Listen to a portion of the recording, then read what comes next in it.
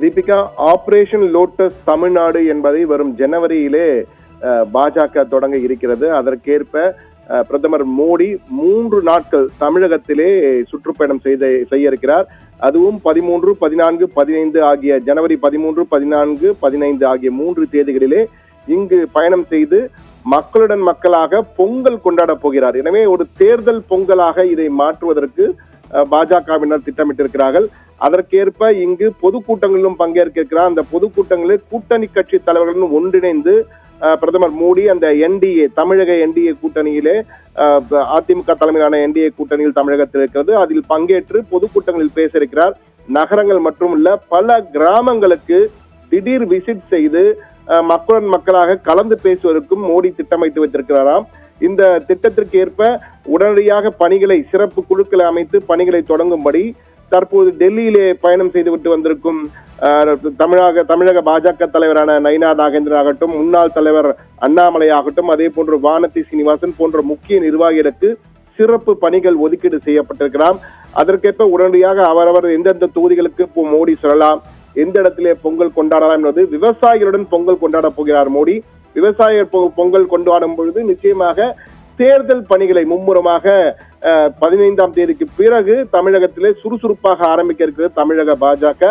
அதற்கேற்ப அதிமுகவின் தலைமையான இபிஎஸ்க்கும் பல உத்தரவுகள் மறைமுகமாக கொடுக்கப்பட்டிருக்கிறார். அதற்குள்ளாக தமிழகத்தில் எந்தெந்த கட்சிகள் எல்லாம் என்டிஏவில் சேர வேண்டும், யாரெல்லாம் சேர்க்கப்பட வேண்டும் என்பதை எல்லாம் முடித்துவிட வேண்டும்.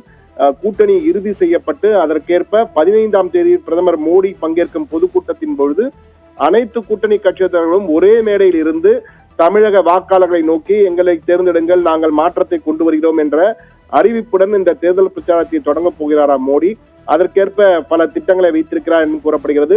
எனவே தேர்தல் பொங்கலாக இந்த வரப்போகின்ற பொங்கலை கொண்டாடுவதற்கு மோடி அண்ட் டீம், பாஜக அண்ட் டீம் திட்டமிட்டிருக்கிறது. எனவே அதற்கேற்ப ஏற்பாடுகள் செய்வதற்கு மறைமுக உத்தரவுகள் பிறப்பிக்கப்பட்டு அதற்கான வேலைகளும் தொடங்கி இருப்பதாகவும் நமக்கு உறுதியான தகவல்கள் தமிழக பாஜக மட்டுமல்ல டெல்லி பாஜக தலைமையகத்திலிருந்து உறுதியான தகவல்கள் கிடைத்திருக்கின்றன. அந்த வகையில் பாஜக வரும் ஜனவரி மாதம் 15 பொங்கலுக்கு பிறகு மோடியின் வருகையிலிருந்து சுறுசுறுப்பாக தனது தேர்தல் பணிகளை தொடங்கி இருக்கிறது.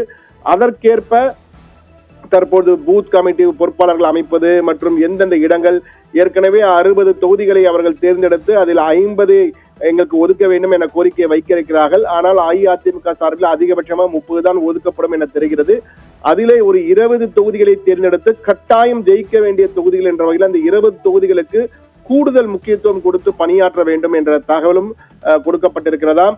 அந்த தொகுதிகள் குறித்தும் அமித்ஷாவுடன் நயினா நாகேந்திரன் பேசியிருக்கிறார். அதற்கான உத்தரவும் அந்த தொகுதிகளுக்கு சிறப்பு கவனிப்பும் கொடுக்கப்பட வேண்டும் என்பதையும் அமித்ஷா உத்தரவில் கூறியிருக்கிறாராம். எனவே அந்த வகையில் தமிழக பாஜக ஜனவரி மாதத்திலிருந்து விறுவிறுப்பாக களமிறங்க போகிறது. கூட்டணி கட்சிகளை எப்படி அரவணைக்கப் போகிறார்கள், எந்தெந்த கட்சிகள் அந்த கூட்டணியில் சேரப் போகிறது என்பதுதான் தற்போது $1 மில்லியன் கேள்வி. ஆனால் எது எப்படி இருந்தாலும் மோடியின் வருகை அதே போன்று தேர்தல் பொங்கலாக இந்த பொங்கலை தமிழகத்திலே பாஜகவும் அதன் கூட்டணி கட்சியினரும் கொண்டாட போகிறார்கள் என்பதை மட்டும் உறுதியாக தற்போது நம்மால் சொல்ல முடியும். தீபிகா.